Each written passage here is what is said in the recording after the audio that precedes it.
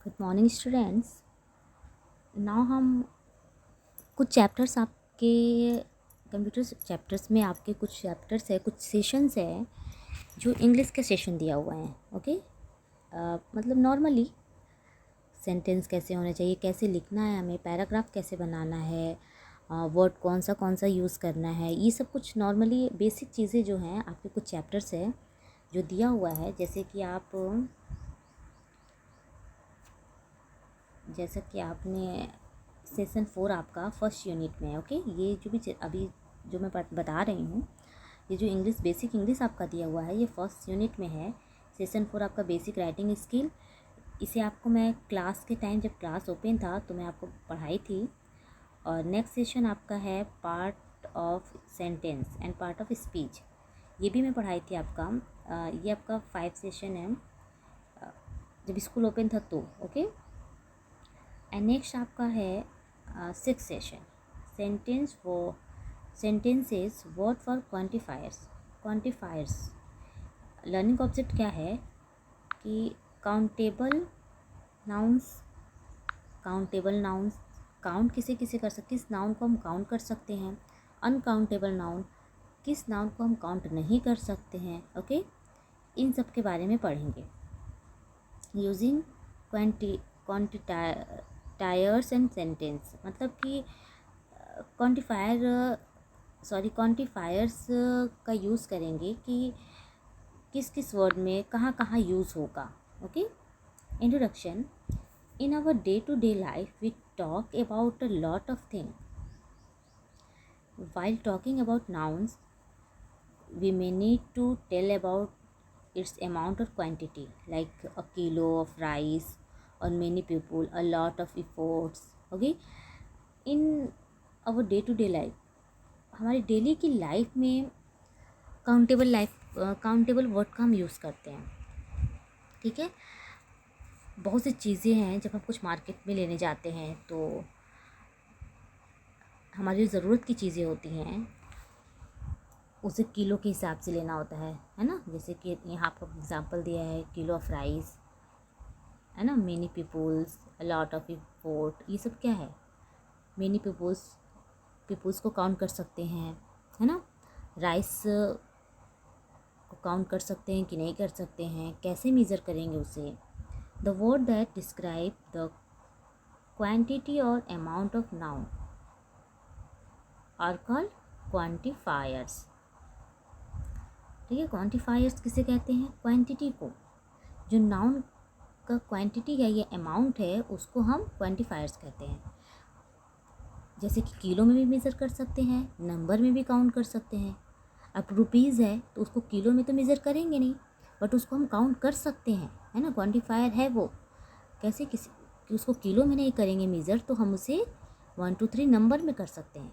अब अगर हमारा कोई थिंग है, कोई सामान है, तो उसे हम चावल दाल कोई भी चीज़ है तो उसे हम नंबर में नहीं काउंट करेंगे, उसको किलो में करेंगे। मतलब बनाया गया है हर चीज़ को, ठीक है, कि कैसे मेज़र करना हमें है।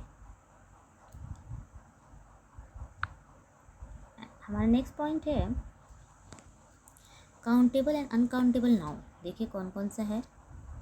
Countable nouns are those which can counted, जिस चीज़ को हम काउंट कर सकते हैं उसे काउंटेबल नाउन्स बोलते हैं। जैसे books, apple, pen, phones, glass, है ना। बुक्स को भी हम काउंट कर सकते हैं, 1 2 3, 2 बुक्स है, 3 बुक्स है, 4 बुक्स है ना। वैसे एप्पल को भी काउंट कर सकते हैं, पेन को भी काउंट कर सकते हैं, फ़ोन ग्लासेस को भी काउंट कर सकते हैं। Countable noun can be use in both singular plural. देखो काउंटेबल नाउन जो है वो प्लूरल और सिंगुलर बोथ होगा, प्लूरल भी हो सकता है और सिंगुलर भी। अगर 1 है बुक तो हम 1 बोलेंगे, मगर 2 3 4 बुक्स है ना, 1 से मोर है, ज़्यादा है, तो हम क्या करेंगे कि उसको हम बुक नहीं बुक्स बोलेंगे। ठीक है। अनकाउंटेबल नाउन में देखिए क्या है, the other hands the are those noun which can not be counted, मतलब हमें उसे काउंट नहीं कर सकते। मनी, मिल्क, टाइम, काउंट कर सकते हैं मनी को? नो, मनी को काउंट नहीं कर सकते। मिल्क को भी काउंट नहीं कर सकते, वैसे टाइम को भी काउंट नहीं कर सकते। Uncountable form are always use a singular form. Uncountable form को किस में यूज़ कर सकते हैं? सिंगुलर फॉर्म में। ओके, इसका प्लूरल नहीं होगा क्योंकि इसे हम काउंट नहीं कर सकते। नेक्स्ट है quantifiers for countable and uncountable noun. Okay, यहाँ देखते हैं, we use quantifier when we want to give information about number of quantity of a noun, we add some bread and butter. Means कि हम यहाँ पे कुछ countable और uncountables noun है, नाउन में हम यूज़ करने के लिए बता रहा है कि कौन कौन से यूज़ कर सकते हैं। जैसे यहाँ देखिए एग्जांपल दिया है, वी एट सम ब्रेड और बटर। ठीक है, खाने के लिए बोल रहा है कि हम कुछ ब्रेड और बटर खाएंगे। सम कह रहा है, काउंट नहीं कर सकते है ना, बटर को काउंट नहीं कर सकते। ठीक है, ब्रेड का यूज़ तो कर रहा है लेकिन बटर को हम काउंट नहीं कर सकते। ठीक, तो हम कितने ब्रेड और बटर खा सकते हैं या जो भी खाया है ये काउंट नहीं है। ओके, तो यहाँ देखिए अनकाउंटेबल नाउन में क्या क्या है। मच आएगा, little, very little, a bit, great, large amount, large quantity, a bit of. इसे हम काउंट नहीं कर सकते। इन सब का यूज़ हम अनकाउंटेबल नाउन के साथ करेंगे। ठीक है, और काउंटेबल नाउन के साथ क्या क्या यूज़ करेंगे? Many, few, a number, several, large number, great number. ठीक है, इन सब का यूज़ हम करेंगे अनकाउंटेबल में, सॉरी काउंटेबल में। Okay, with both countable uncountable noun. तो हम यहाँ देखते हैं काउंटेबल और अनकाउंटेबल नाउन दोनों के बारे में। जैसे all, more, no, some, lot.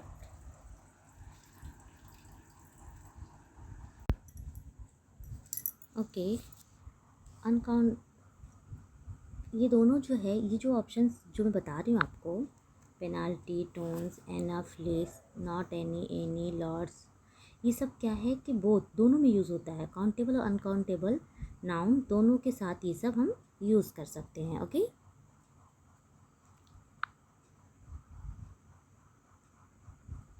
For examples, he had a lot of money, है ना, लॉट ऑफ किसके साथ यूज़ करें? मनी के साथ। There are some books on the desk, अगर कुछ बुक्स रखे हैं, बुक्स को काउंट भी कर सकते हैं 2, 3, 4, लेकिन अगर कुछ बुक्स का यूज़ कर रहे हैं तो भी हम इसका कर सकते हैं। अनकाउंटेबल में हो गया ये।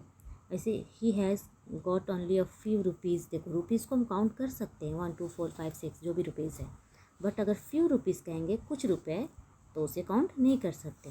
How much money have you got, large quantity of fish, है ना, has got more friends, his sister more friend, देखो काउंट नहीं कर सकते। फ्यू स्नैक्स, बोथ ब्रदर, है ना, बोथ ब्रदर, अगर 2 चाहते तो 2 बोल सकते थे, 2 ब्रदर, या दोनों भाई बोल सकते थे ऐसे, बट नहीं, यहाँ क्या है, इन सब का यूज़ किया गया है जिससे कि हम दोनों में यूज़ करेंगे, काउंटेबल में भी, अनकाउंटेबल नाउन के साथ भी हम यूज़ कर सकते हैं इन सारे वर्ड का। अब यहाँ हमारा चेक पॉइंट्स है, मीन्स कि आपका क्वेश्चन है, fill in the blanks below the few and little. यहाँ क्वांटिफाई का फ्यू और लिटिल यूज़ करना है, आपको फिल करना है फ्यू और लिटिल का, कि कहाँ फ्यू लगेगा और कहाँ लिटिल्स। ओके, ऐसे फिल इन द ब्लैंक्स करने हैं। आपका यहाँ ऑप्शंस दिए हुए हैं, आपको फिल करना है। ओके, नाउ ये चैप्टर आपका फिनिश हुआ। ये जो आपका वर्ड मतलब वो सेंटेंस वगैरह दिया हुआ है, बेसिक स्किल्स दिए हुए हैं, ये आपका बस नॉर्मली आपको उसके बारे में इंफॉर्मेशन देना, इंट्रोडक्शन है। ठीक है, आपने इंग्लिश में पढ़ा ही होगा, इंग्लिश सब्जेक्ट में, तो सेम इसमें आपको बस नॉर्मली इंट्रोडक्शन बता दे रहा है कि, क्योंकि कम्युनिकेशन चैप्टर्स आप पढ़ रहे हो, कम्युनिकेशन दिया है फर्स्ट यूनिट में, तो कम्युनिकेशन में इंग्लिश भी इंग्लिश में अगर हमें कम्युनिकेशन करना है तो उसके रूल्स को जानना ज़रूरी है कि सेंटेंस कौन सा कहाँ यूज़ होता है, किस लिए हम कब किसके साथ क्या यूज़ करेंगे। इसलिए ये बस इंट्रोडक्शन में आपको नॉर्मली आपको समझाया है। ओके, डीपली आपने इंग्लिश सब्जेक्ट में डीपली आप पढ़े होंगे।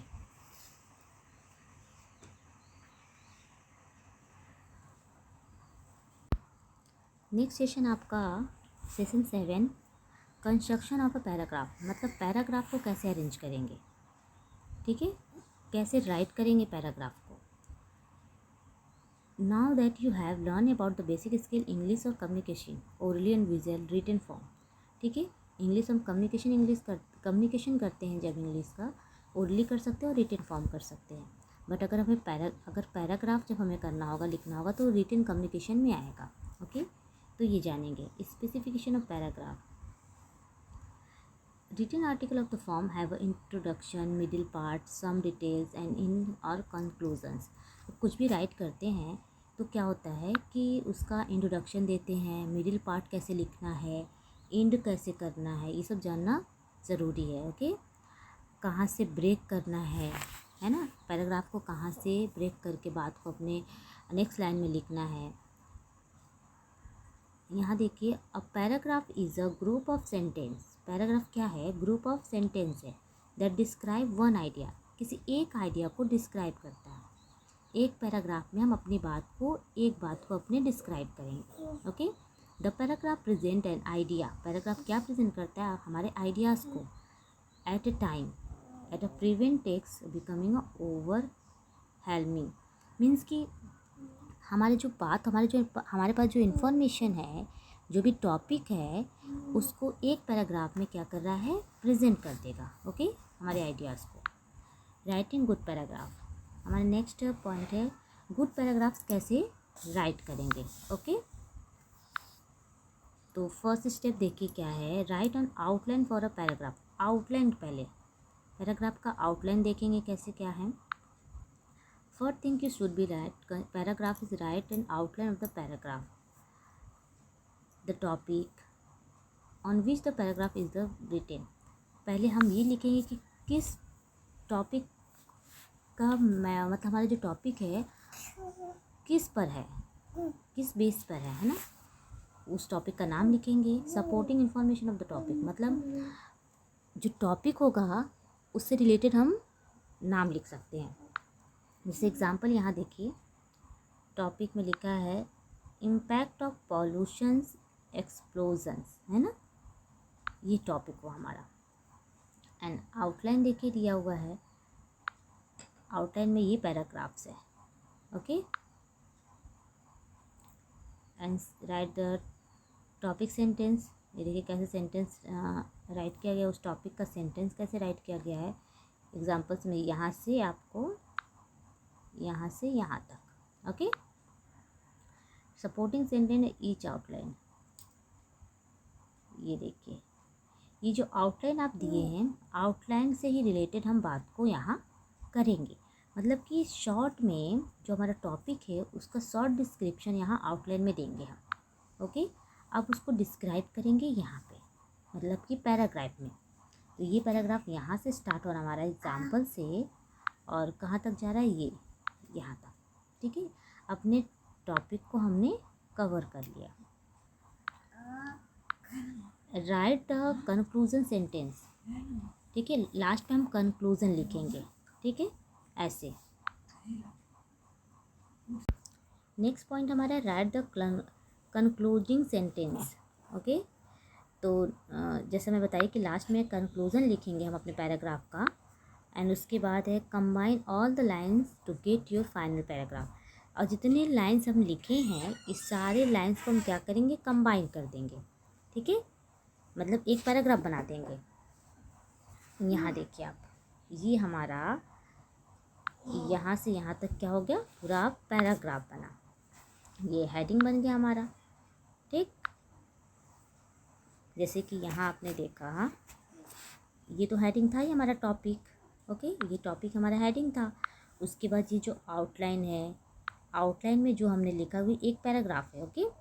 इस पैराग्राफ को, मतलब उसको शॉर्ट में जो भी हमने लिखा, इस पैराग्राफ को, ये भी जो है आउटलाइन भी एक पैराग्राफ ही हमारा है, तो ये हो गया। उसके बाद हमारा नेक्स्ट जो है हमारा यहाँ दिया है, कुछ डिस्क्राइब किया टॉपिक को, वो हो गया। उसके बाद जो है हम एग्जाम्पल्स में और भी यहाँ पे पैराग्राफ करके लिखें। इन सब को जो है क्या करेगा कि एक फाइनल पैराग्राफ में वो बना देगा, ठीक है। तो ये हमारा पैराग्राफ हो गया। बस पैराग्राफ यही होगा, पैराग्राफ में यही होता है कि हमें हेडिंग्स होने चाहिए, आउटर लाइन्स होने चाहिए, कंक्लूजन्स होने चाहिए अपनी बातों का, फिर फाइनल भी लाइन्स होने चाहिए। ओके, नाउ इसमें चेक पॉइंट्स है। डेवलप एंड राइट पैराग्राफ, आपको कुछ पैराग्राफ लिखने हैं। जैसे देखिए क्या क्या है, sport, culture and India, first ये है। सेकंड है पॉजिटिव थिंकिंग। थर्ड है countryside living and modern definition of patriotism. मतलब इनका आपको एक एक पैराग्राफ लिखना है। Okay, now this chapter are finished. Okay, ये चैप्टर भी आपका फिनिश हो गया, चैप्टर 7।